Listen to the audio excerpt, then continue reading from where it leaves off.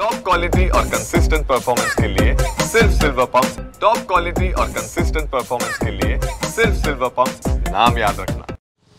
नाशिकच्या काठेगल्ली परिसरातील अनधिकृत दर्गा हटवताना जी दगडफेक झाली होती त्या प्रकरणी 37 आरोपींना पोलिसांनी अटक केली आहे। या सगळ्या आरोपींना आज न्यायालयात एकत्रितपणे हजर केलं जाणार आहे।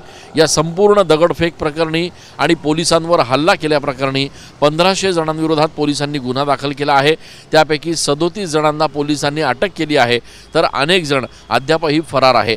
फरार असणाऱ्यांमध्ये महाविकास आघाडीच्या 3 प्रमुख नेत्यांचा देखील समावेश आहे, तर दुसरीकडे MIMचा शहराध्यक्ष मात्र पोलिसांनी अटक केलेला आहे।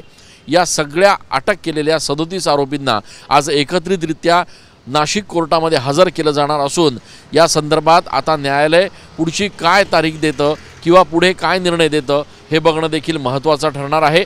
दरम्यान या सगळ्या प्रकरणामध्ये आता आणखी काही महत्त्वाचे नावं, आणखी काही महत्त्वाचे लोक समोर येण्याची शक्यता वर्तवली जाते आहे।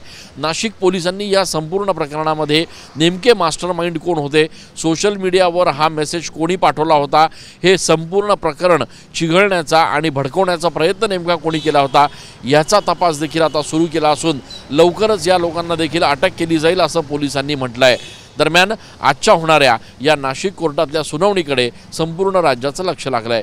कॅमेरा पर्सन आकाश येवलेसह मी चंदन पूजा अधिकारी, TV9 मराठी।